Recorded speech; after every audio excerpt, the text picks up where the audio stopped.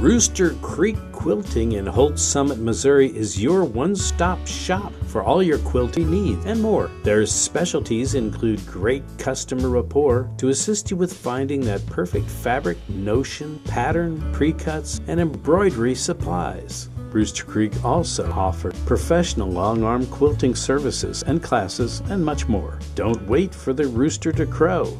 Visit Rooster Creek Quilting at Holt Summit Plaza, Holt Summit, Missouri. It's a great place to go for all your quilting needs.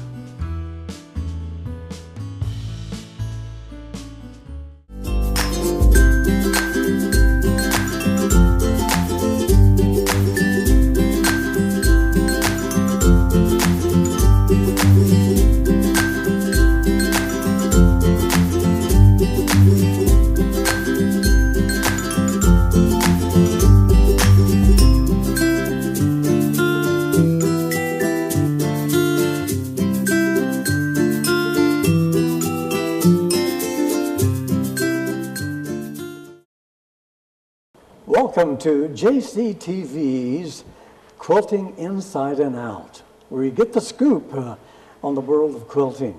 Sponsored by Rooster Creek of Holt Summit, Missouri. Today is January 10th, in the year of 2018, in our capital city of Jefferson City. I welcome you to Quilting Inside and Out.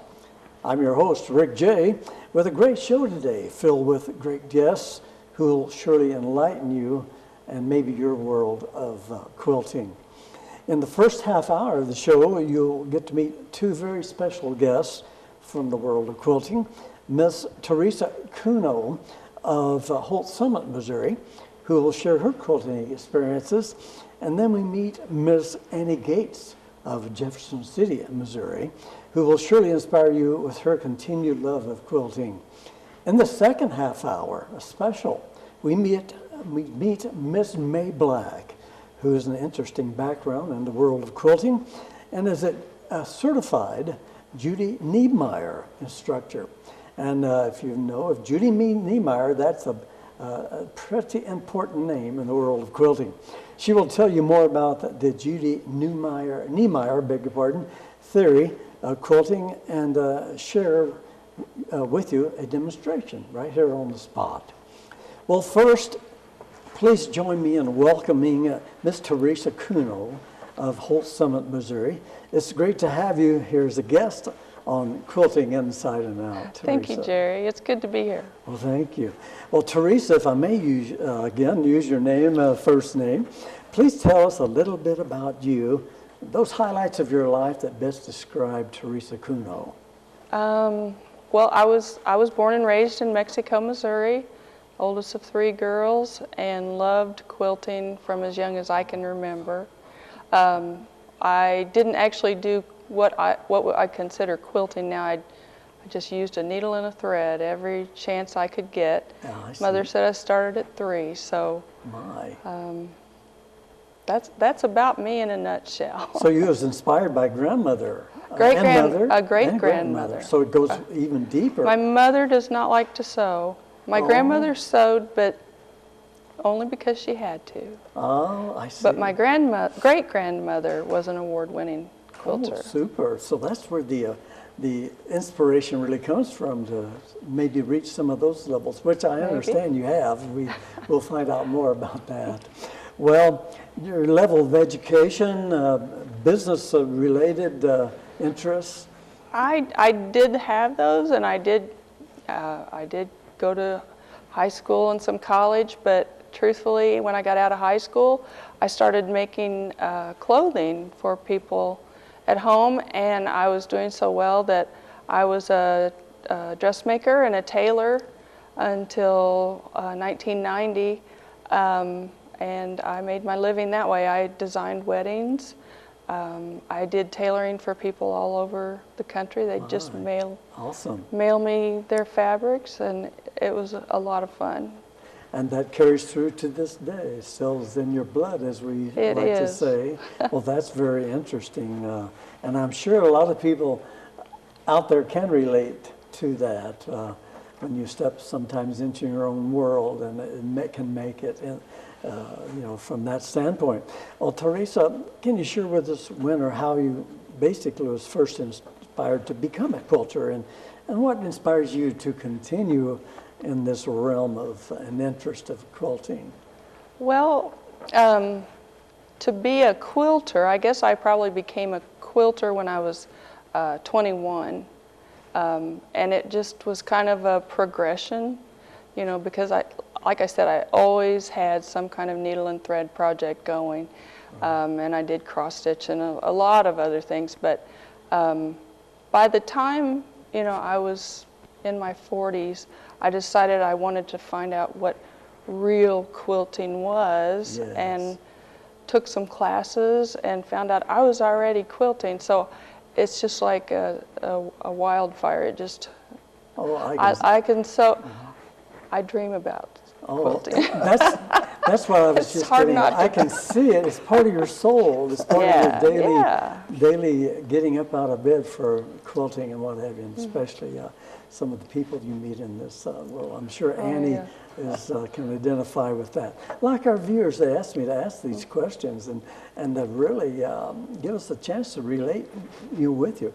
Now, I would like to ask you, Teresa, in our meetings, meeting so many people, we enjoy the world of quilting and the art of quilting. There seems to be, though, a need to assist our viewers in defining the word quilter and how the word has so many definitions gathered from the past to the present. So we talked a little bit about before the program about helping us define basically the noun quilter and the verb quilter. Now, first of all, one who makes any part of a quilt would be a noun. Would you agree to that? Mm-hmm. So they could be termed a quilter doing any part of the quilt. Yes. Mm-hmm. One who cuts, lays out, sews the fabric to make a quilt top is also a noun. We call them quilters, but also there's another term we like to use, I understand. A lot of people consider themselves piecers. As a piecer. Rather than a quilter, because to them, in their opinion, a quilter has a different definition. Yes. So you're a quilter, but you're basically love to piece. Yes. Put them together as a piecer. So we have another term there.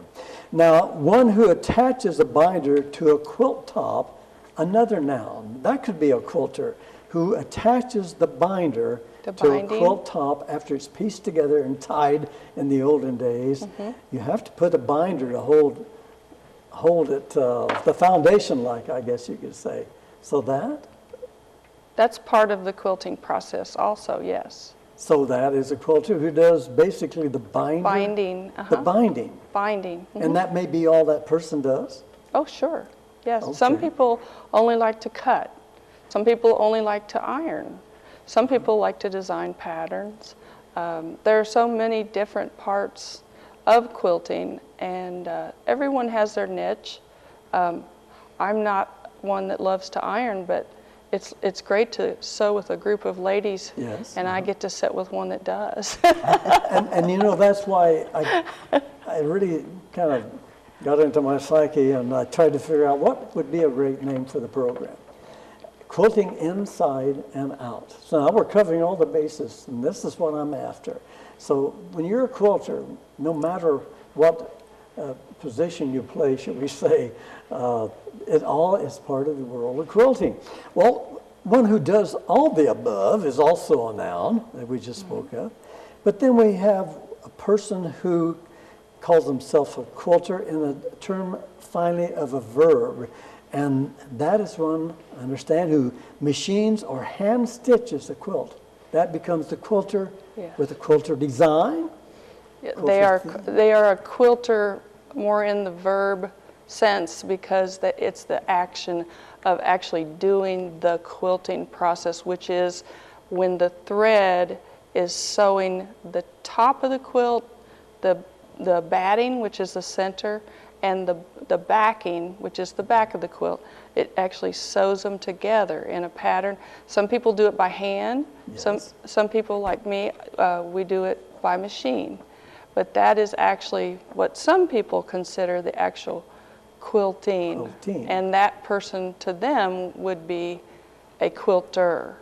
So the next time that someone says, I'm a quilter, you do have the permission to ask them, well, what part of that do you play? And that kind of opens up a conversation for you and that quilter person. So I can understand that, because I remember back to grandmother having her quilts, taking them uptown to Collins, Missouri, and the lady in town did the quilting, which was the intricate designs that held the binding and the top and the bottom. Excuse my terminology. But so there again, we had hand quilters before the machine quilters even came about. I remember that back in the late 40s and 50s. So, well, then I've got the tough question. How would you define yourself then, Teresa, as a quilter? As a quilter. The whole gamut. Yes, I mean, I don't do every technique. I don't have the eye for art quilts. That's just not in my gift. But I love piecing. I love paper piecing. I love picking the colors for a quilt, so I love designing quilts. Oh, yes. So I guess I'm kind of a jack of all trades. I am also a quilter as far as I have the quilting machine, and I really, really love that part. But I'm more of a blanket as far as the definitions we talked about. Yes. I'm more of a blanket quilter because I love it all. Yes, and that's great. I think that's, if I got into full-time quilting, I think I would try to do it all from the beginning. But so next, am I correct in inviting people to have permission to identify themselves as a quilter, and then answer a question? Well, what part of the quilting process do you play? Or oh, sure. Okay. People, we love to talk about our favorite part. I mean, It's not hard to get me to talk about quilting. All right. And I see Annie, our next guest. She's over there squirming, just like she wants to. Did you have something you'd like to add, Annie? Well, I just say that Teresa is a verb and a noun. She does it all, like she said. And yeah, she's just great. She just super. And as she said, she's a machine quilter. I machine quilt with my credit card. I see. That's another kind. So we'll get more in depth to the questioning with Miss Annie Gates there in a few moments. Thank you, Annie. Well, Teresa, you have full-time work, though also assisting in the operation at Rooster Creek. Yes. In Holt Summit, Missouri. Would you like to cover that within 10 seconds? Well, Mike and I opened a store 3 years ago, and it's just been going great. We meet wonderful, wonderful people. I agree. And I haven't dreaded going to work one day. The quilting world, I do sharpening, as some of you may recognize, and so I meet so many wonderful people in the world of quilting throughout the state when I sharpen. And it is a group you just are attracted to, so I can identify with that. And I think that's the camaraderie of all the quilt guilds. I know of Missouri, Arkansas, Paducah, Kentucky. They all seem to be speaking the same language, and the same commitment and feeling. Well, everyone has their favorite pieces of work that they call their favorites. Sometimes we surprise ourselves upon the completion of a project. Can you identify and share with our viewers that one quilt that you would call your favorite, and why, or why has it become your favorite? I actually have two. One, my husband shamed me into putting into the state fair because I didn't think I was a real quilter, and I didn't think my quilts were good enough, and it won a red ribbon. So I keep it in my kitchen so that I remember every day that just because I don't think it's perfect doesn't mean it isn't good. So we do run across that. Our first guest on the show, I'm trying to remember now, she was Charlene? real shy. Charlene. And she was encouraged finally I understand by Rooster Creek to put a quilt in the state fair. And what happened? She was recognized, and then was even actually juried in Paducah for the big show. And so you never know where you're going to basically end up. Yeah. Well, do you have any venues right now where you might be able to view your quilts? Well, they're always at my house. Okay. And we have an invitation? Yeah, of course. And I do have some at the store. They're also on on the Rooster Creek Facebook page. Oh, yes. And the thing I think you were going to you asked me about what I was going to be doing this year. My goal this year is to refine my custom quilting. That's where I actually move the machine to make all those little curly cues, rather than depending on the computer. So you're going to be more of a freehand? Yes, a freehand. Long arm freehand type that you might have learned from one of our guests on Mid-Missouri Art News, if I can remember her name. Linda.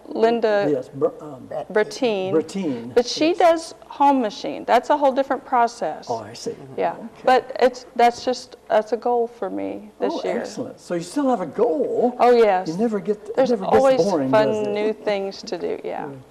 Well, before we go to break, can you give us a website address, a phone number, email, what have you? I know you have an extensive email mail out for your newsletter, and so whatever you can give out for our viewers to contact you, please do so. Okay. Well, the easiest is our Facebook page, and you go to Facebook and you just find Rooster Creek Company, and you'll find all of our classes. You'll find people talking about what we're doing. You'll find out when the new fabric comes in.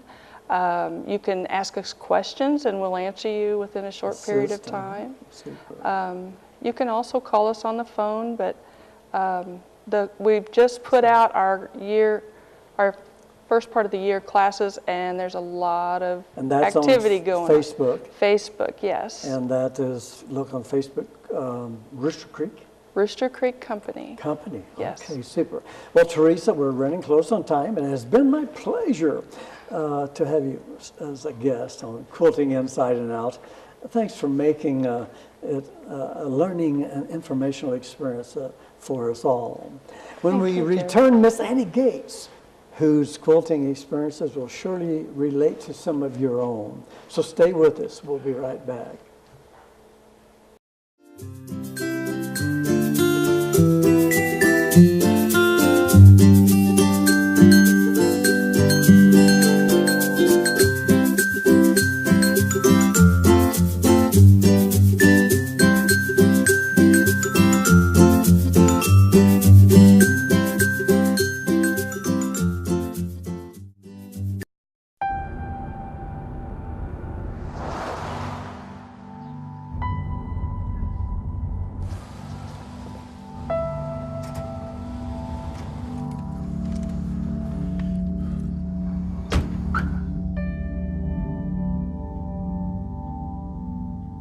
Talking to your kids about finishing school isn't easy, just necessary.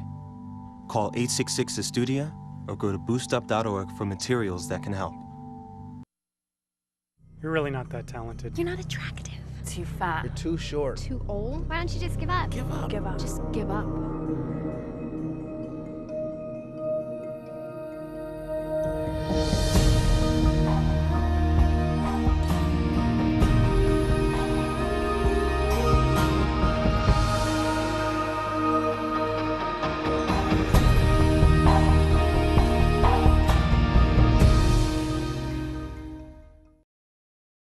Welcome back to Quilting Inside Out, where you get the scoop on the world of quilting. I continue now with our second special guest today, Miss Annie Gates of Jefferson City, Missouri. Welcome to Quilting Inside and Out, Ms. Gates. It's great having you here today. Thank you. It's great to be here. Super. Well, Annie, if I may call you by your first name, you might tell us about you and those highlights of your life that best describe Annie Gates. Well, I was born in Kansas City, moved to the Jefferson City area, raised on a farm around Russellville, Missouri. I see. My parents moved when I was about 3. And then I went to school here in Jefferson City. And my husband and I have 4 children and 8 grandchildren. Oh, my. And we are absolutely prouder than punch of each of those wonderful human I beings. can imagine. And you want to take time to say hi to each if you.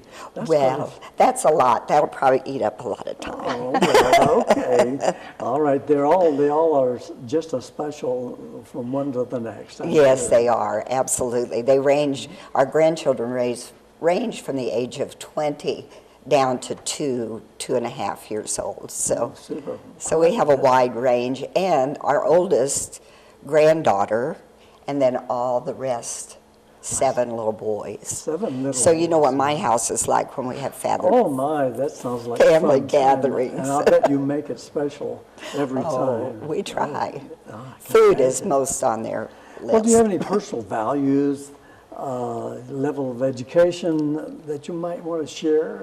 Well, I went to school here in Jeff City and high school, a year or so of college, and then I started working where I met my husband, and I worked with state government for about a little over 30 years, so retiring. Retired, 30 Yeah. years with the state government. Oh, my sister has that to identify with.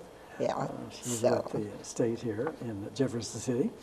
Well, can you share with us, going back to when and how you were first inspired to become a quilter, and what has inspired you to continue your interest in quilting? I bet do you make a lot of quilts for the grandchildren? Well, I make a few. I see. But I was first inspired by my maternal grandmother. She made many quilts during her lifetime. She was a utilitarian type quilter out of necessity, you know, in those days. She passed away in 1961, so her quilting career were those quilts that were really, really needed for the family. I see. And I still have several of her quilts. The one that's very special to me is just a little doll quilt that she made. And through the years, all the washing that my mother had done broke down the cotton in it.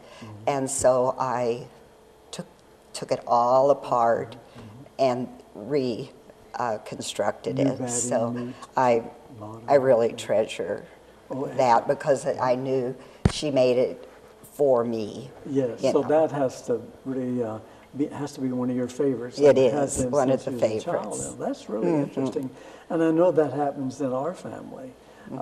Tying back for grandmother and great grandmother and mother. So I have quilts even in my keepsakes that mean a lot to me, that were made for me specifically at different times in my lifetime. So I can identify so much in a sense. So now we're trying to define each individual as a quilter, noun or verb, as we discussed with Teresa Cuno. I understand you are a traditional and quilt art quilter. So we can break those down for the viewer if you can. Okay. Traditional first. Traditional is, as the word says, it's traditional. You have the ball, like the bear paw pattern that most everybody's familiar with.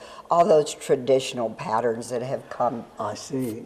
from years and years to the current. So, from the traditional pattern is the kind of way to define that. Now, I know there's traditional quilters from Ghana, West Africa, in Japan, and so that's still, the tradition goes way It's back. there. And I've seen that in my travels. And so, quilt art culture now, we have had Linda Bertine on, does some quilt art, and you also do quilt art. I do quilt art. They're usually small Right. pieces. I've done just different ones. I've done trees, which you think, well, you know, a tree. But, you know, thread painted.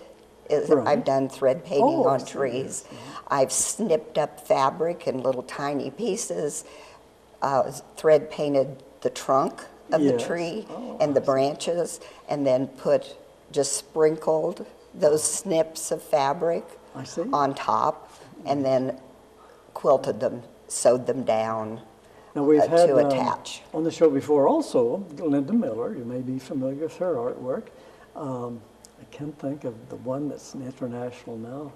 I don't want to say, I just can't recall. You had Julie But- Rush. Pardon? Julie Rush is also Julie a, Rust.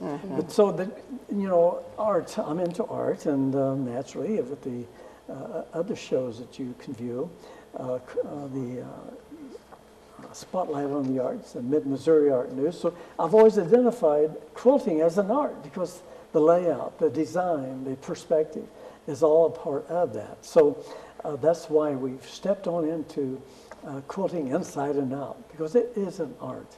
The art of quilting, I call it.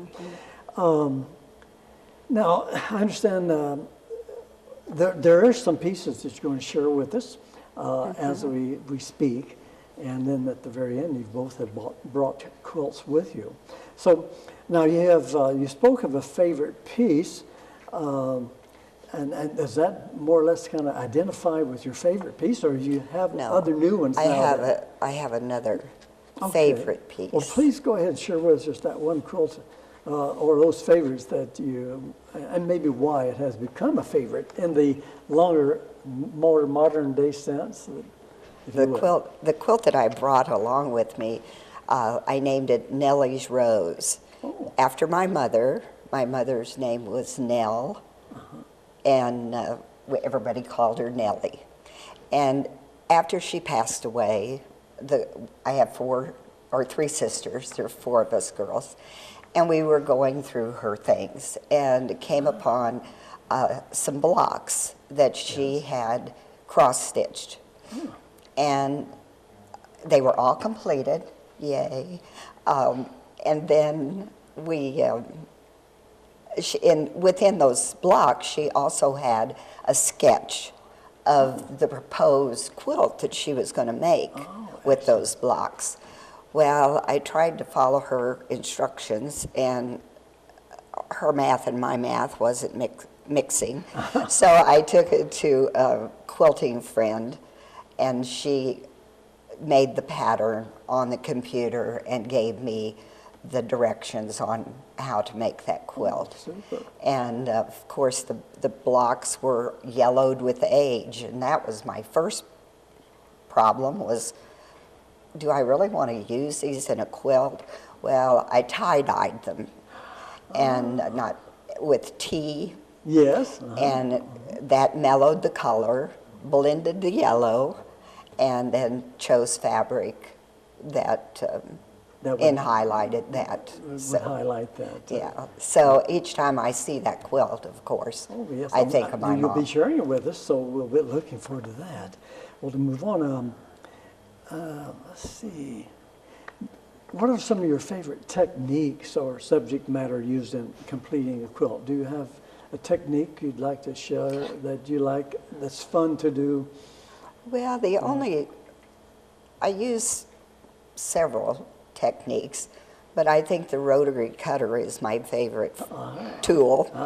You know, you had templates before with scissors and pencils that you drew around, where now you just have the rotary cutter and you cut, and then you can piece on the machine, which is much faster than by hand. Oh, I see. So I think Excellent. those techniques are my favorite friends. Excellent. Well, time has flown by so fast, Ms. Gates. I truly want to thank you also, or thank you for contributing to Quilting Inside and Out. It has been really inspiring to visit with you. Did you have any follow-up messages you'd like to? Well, I would just say, if you're thinking about going into quilting, do it. I mean, what could it hurt? Right. If you make a mistake and you don't like it, just put it aside and try it. But do try. Yes, okay. Well, okay, thank you very much again. And you may, if you have quilting news, please contact me at 573-645-4507, or if you'd like to be a guest here on Quilting Inside and Out. Or you can call Rooster Creek at 573-649-4789 to tell us what scoop you had that we may pass on the show and what's going on in your world of quilting. Next year on Quilting Inside and Out, we meet Miss May Black, who is well represented in the world of quilting, as her quilts and teachings are an inspiration to many. So stay with me. We'll be right back.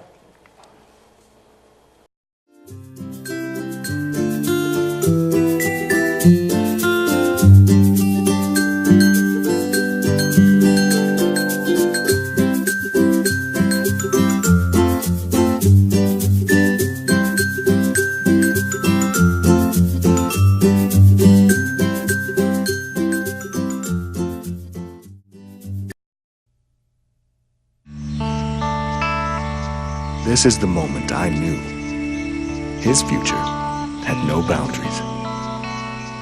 There are some moments only the forest can inspire. Find yours at discovertheforest.org. So, are you going out tonight? I can't. My parents say I have to be home right after work. That's so gay. Totally gay. Ugh, that is so Emma and Julia.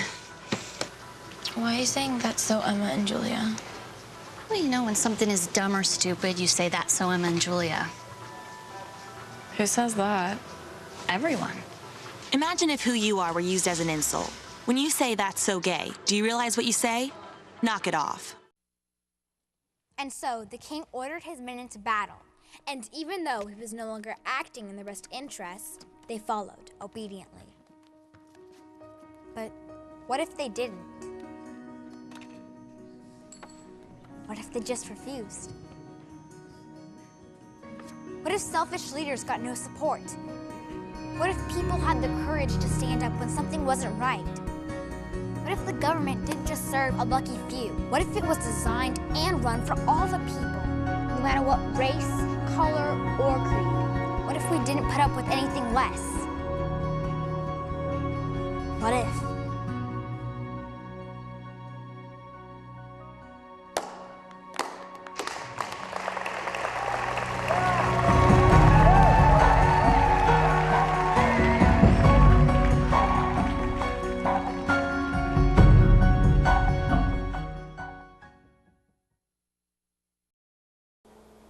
Welcome back to Quilting Inside and Out. I'm your host, Rick Jey. I would like to now turn and have you join me in welcoming Miss May Black, who is here to share her life of quilting and to share with you an overview of techniques that she teaches as an instructor for the well-known Judy Niemeyer, who is also famous worldwide for her paper piercing techniques and patterns. Welcome, Miss Black. Thank you, Rick Jey. I feel honored to be here. It's not every day somebody gets picked to be on a little TV show like this, so that's pretty cool. Oh, we're honored also, and I'm just really happy and pleased to have you as a guest, because I know Judy Niemeyer is well represented through the quilting world. My sisters talk about her, other friends naturally. So I'm very happy and excited to have you here with us today. If I may call you by your first name. Yes. Our viewers would like to learn a little bit about you, your makeup, and what has inspired basically, what defines Miss May Black? Well, I was born and raised in Minnesota, so and then after I grew up, I moved out of Minnesota. I'm married to Ted. He's watching here today. I have two girls, Cassandra and Samantha. One of them's here today. Excellent. I have one grandchild, Kendra, and she's 7 years old. And then I have a sister, Cindy. And they're very excited for me. Well, great, great. So your birthplace was in Minnesota. Yes. Your personal values, do you want to share any personal values just as a human being? That what sort of, I know you're an inspirational person, and you have to be getting that inspiration from someplace. A couple of the values that I have that are really strong is one, just keep on going, and another one is be nice to others. Excellent. Yes, that gets us a long ways in life, doesn't it? Well, thank you for that inspiration. Well, May, can you share with us when or how you were first inspired to first become a quilter, and what has inspired you to continue with your interest in the world of quilting? Well, growing up, I was always interested in a lot of color and always making different things. My mom, she taught me how to knit when I was like 5 years old. I was teaching crocheting at 12 years old, and I always liked bright and wild colors. My kids even tell me that I was out of style because I liked the bright and wild colors before they came in style. But then as I got older, I was doing every kind of craft you can think of. If you know, woodworking, crocheting, knitting, cross stitch, you name it, I've probably tried it. And then after my girls grew up and left home, quilting takes up a little bit more time and space, so that is where I started quilting. I found a quilt guild, and they have classes every month. So what I would do is I would take a class every month and learn a different technique. And it was really amazing. You can learn so many things, you know, no matter what class you take. And then after I did that for like a couple years, then they started asking me to teach beginner classes, you know. Excellent. So that was really exciting for me because we're our own worst critic. We don't ever think we're good enough. So that was really inspiration for them to ask me to start teaching. To see those techniques handed down to others, it's got to be really rewarding. I've had some of the same experiences. And may I compliment on your lavender? That is probably my favorite. So that's that was my mom's favorite color. A great look. My mother's too, believe it or not. And another thing, when I was younger with my grandma, she quilted the old-fashioned way, where you would, you know, rip up clothes and iron them all out and everything. And then you would take a cardboard template and draw around it with pencil, and then you cut it out with scissors. Well, I would get to iron the fabrics and draw on the fabrics, and then they would get to cut them and sew them. So way back then, I actually got to work with fabrics, so I think it actually stuck with me. Oh, even at an early age, you got the feel of fabric and what it is just to, I do upholstery work also. And just feel some of the fabrics and how it comes together and it sews together. It's just like just putting a painting together when I get the paintbrush out. So, but this is all about you, but I can identify. And our viewers, that's what we like to hear. You know, our viewers like to hear some things that we can really touch base with. It's got to start somewhere. And can identify with. So now we are trying to define through the program each individual as a quilter. And now can you share us with how our viewers might define you as a quilter? Are you of all those nouns and the verb to get together? I am. I do every part of the quilting. I make the quilt tops. I do some of the quilting. I do the binding. But I also do have a full-time job outside of quilting. So time is a factor for me. So just like Annie, I sometimes pay other people to do my quilting because one, they're better, and the other, I don't have the time. So. I see. Well, great. But it all comes together. Yes. And as we identify, any part you can play, I would imagine, has a meaning to you in your final piece. Do you have any projects or teaching engagements at this time scheduled that you would like to mention or share with our viewers? We're going to get a demonstration in a few moments. But anything in the future, like if you're going to be at a certain location or a venue? I have a lot of them on the schedule. I schedule out like a year or two in advance. But I do have one coming up right close, February 20th. I'm going to be teaching right at Rooster Creek. And that is a very good one for beginners because I'm going to be going over the Judy Niemeyer technique, and anybody that's never seen it or they just like it, it's going to be a really fun class. So that's going to be on January 20th. So this gives us our viewers a chance to get on the internet and try to make a reservation. Do you have to make a reservation? You can just call up there and sign up for the class and pay your fee and then meet me there that day. Super. There's no prep work or anything for this class. Rooster Creek is actually, if you want, they're supplying the kit and everything with the class. Oh my, well that's great. Yeah, that makes it a whole lot easier. Yes. Do you have a website, phone number, or email that you would like to share with our viewers? I do on quiltworks.com where I teach for Judy. It's Quiltworks, Q-U-I-L-T, and then works is WORX.com. And then you just look me up, and I've got all my quilts on there that I've made, and I've got the dates where I'm teaching, when and where, and everything. So you could just check it out on there. Excellent.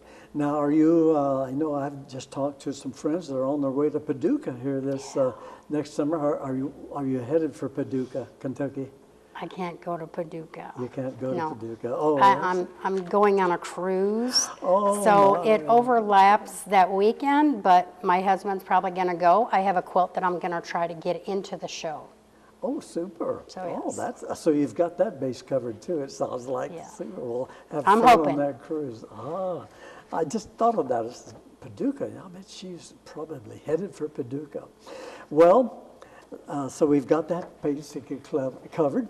When we return, we have a special treat for you viewers today. Miss Black, May Black, a certified Judy Nehemiah instructor, demonstrating one technique that she believes in. So stay tuned. We'll be right back.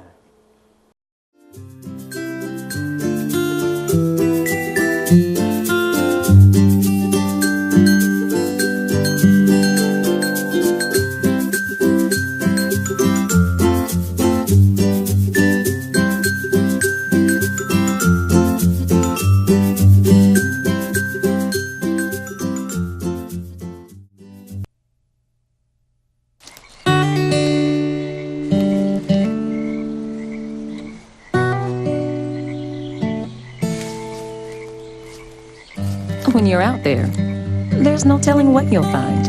I see it! I see it! Oh, look at you. There are some moments only the forest can inspire. Find yours at discovertheforest.org. Yo, check out this chef, right? Right? That's so gay. That's really gay. Dude, look at those hands. Please don't say that.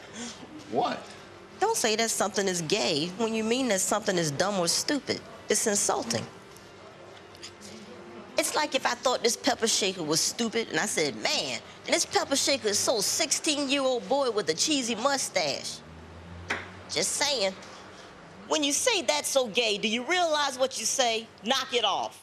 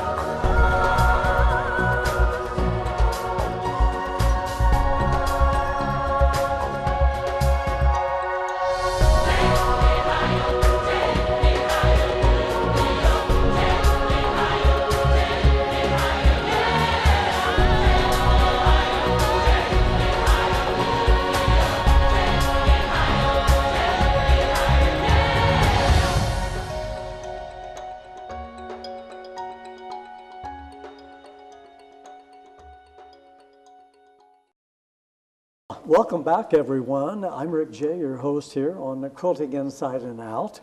We now turn to May Black, who will demonstrate the template layout sheets and curved piercing.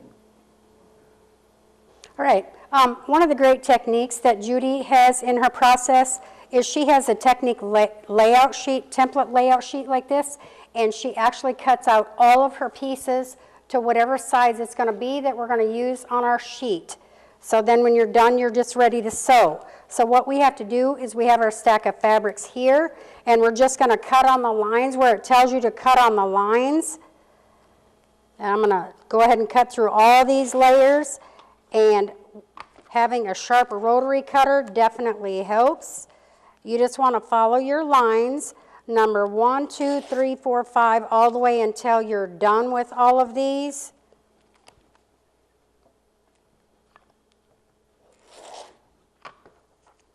This is one of the techniques that sets her apart from a lot of other people, because she actually figures out what size to cut these and what shape to cut them.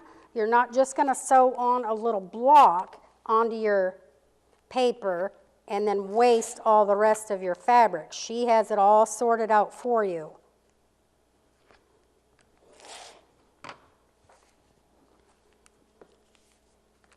This is a very, very fast way to cut up all your pieces for your quilt.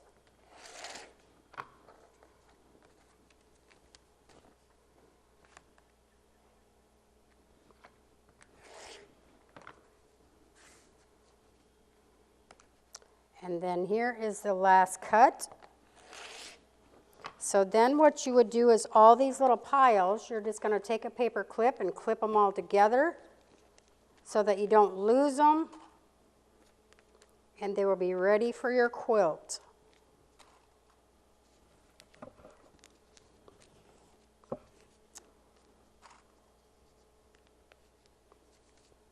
This one's already clipped.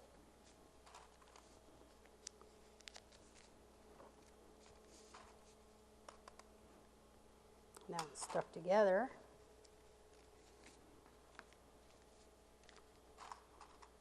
This is only one of her really cool techniques that she does, Judy Niemeyer.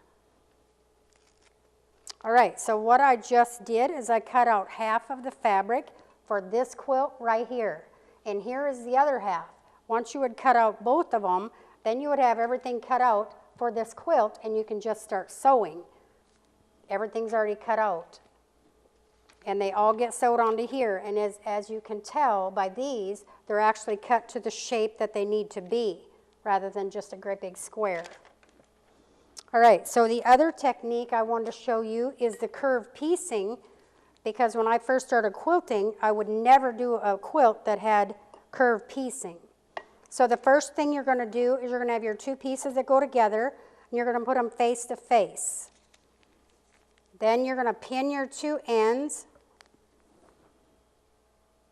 and you want to make them flush, and you want to just take another little bite so that your edges stay flat together, so they stay flush.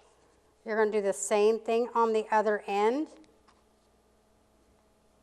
You're going to pin the other end. And way back when, then what you would do is you would pin, put like 50 different pins all the way across that curve. That's not what we want to do. What we're going to do is we're going to use glue. A glue stick is your friend. So we're going to take this glue pin, and we're just going to put some glue inside that 1/4 inch seam allowance. And you want to stay inside that seam allowance. And this is going to take the place of all them pins. So then what you want to do is you're just going to push the seam down together like about 1 inch, 1.5 inches at the end of it. And then you're going to walk this around and push your seam together, and it's going to lay down right nice and pretty. See how that all fit together? Now that's ready to sew. So we're going to go ahead and sew this, and you just sew your 1/4 inch seam.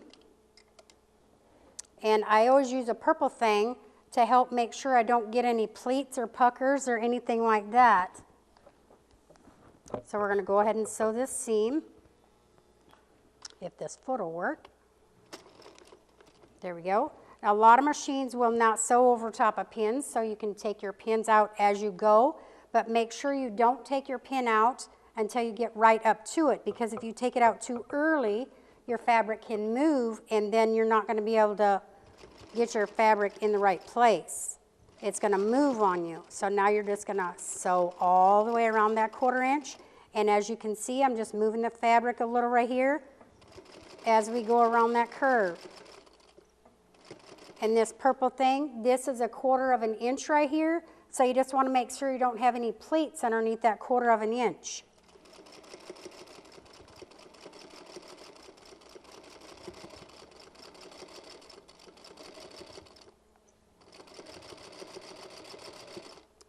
Alrighty, we are almost to the end. And you get right up to the pin, and then you take it out so that your fabric don't move. Okay? Now we have our 1/4 inch seam sewn. There we have it right there. And then if we were actually doing our quilt, the one thing we're ready to look at it, and the 2 things that you want to look for is to make sure that your sides are flush when you open it up, and then to make sure you don't have any pleats or puckers. So you lay it down like this, and you just fan it out like that, and you look at that, the sides are nice and flush, and there is no puckers. So then you would actually iron it, and then you're ready to go on to the next. So what I did right here is I did a little demo board. You have your 2 pieces. You're going to lay them face to face. You're going to pin your 2 sides, and then you're going to glue your seam. Then you're going to sew your seam, and then you're going to open it up and iron it. Those are 2 of the really cool techniques that Judy has taught me, and I want to thank you very much. Well, Ms. Black, that was a great demonstration, very informative. Thank you. I'm positive that this technique will be used now by some of our quilting viewers and friends, Yes. Especially those kits that are available through Ms. Niemeyer. Do you have anything else you'd like to share at this time? To wind up? Basically, what I would say is just keep on going and keep on going, because my very first time I've entered quilts in different quilt shows and fairs and everything like that, and I have won a lot of ribbons, but you don't start out winning ribbons. You learn and learn and learn. You just keep right on trying. A couple of the biggest ribbons I've won is Best of Show and Judge's Choice. And when I got the Judge's Choice, I didn't even know what it was. I didn't know what it meant. So they had to explain it to me, that the judges at the show, after they judge everything, they get to go around and pick the one that they would have liked for their own. And that was pretty amazing. Oh, excellent. That's a great complimentary. Oh, yes. I guess in that sense. So that's super. It keeps you going, Well, definitely. It's been super having you here and sharing these techniques with us. I want to thank you personally for your time and sharing here on Quilting Inside and Out, and for your very informative demonstration. It has been a learning and informational experience for us all. Thank do you have very any much. Closing? Basically, all I've got to say is, like with the curve piecing that I showed, you don't have to be paper piecing to use that. You can use it in your other quilts, traditional quilts, and everything. You know, you learn and learn and learn. Well, thank you for being here. It's been a pleasure. Thank you very much. Viewers that will enjoy it. And thank you, Gloria and Lowell, our producer, and also the JCTV Access staff and crew. I know they have a big part in producing the show, and so I want to thank them. And I want to thank you, our viewers, for joining us here on JCTV Quilting Inside and Out. Look for more Quilting Inside and Out, where you get the scoop on the world of quilting. It's all right here, JCTV, and on YouTube, don't forget. I'm Rick Jey saying thanks for being with us. See you next time.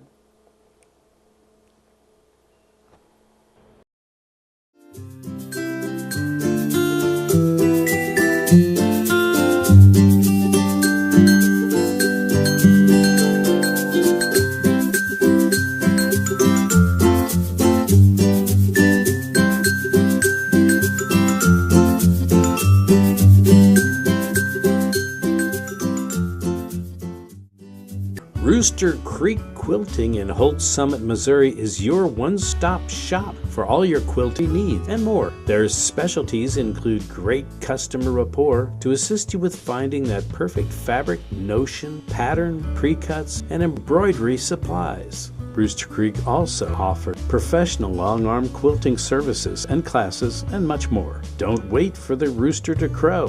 Visit Rooster Creek Quilting at Holt Summit Plaza, Holt Summit, Missouri. It's a great place to go for all your quilting needs.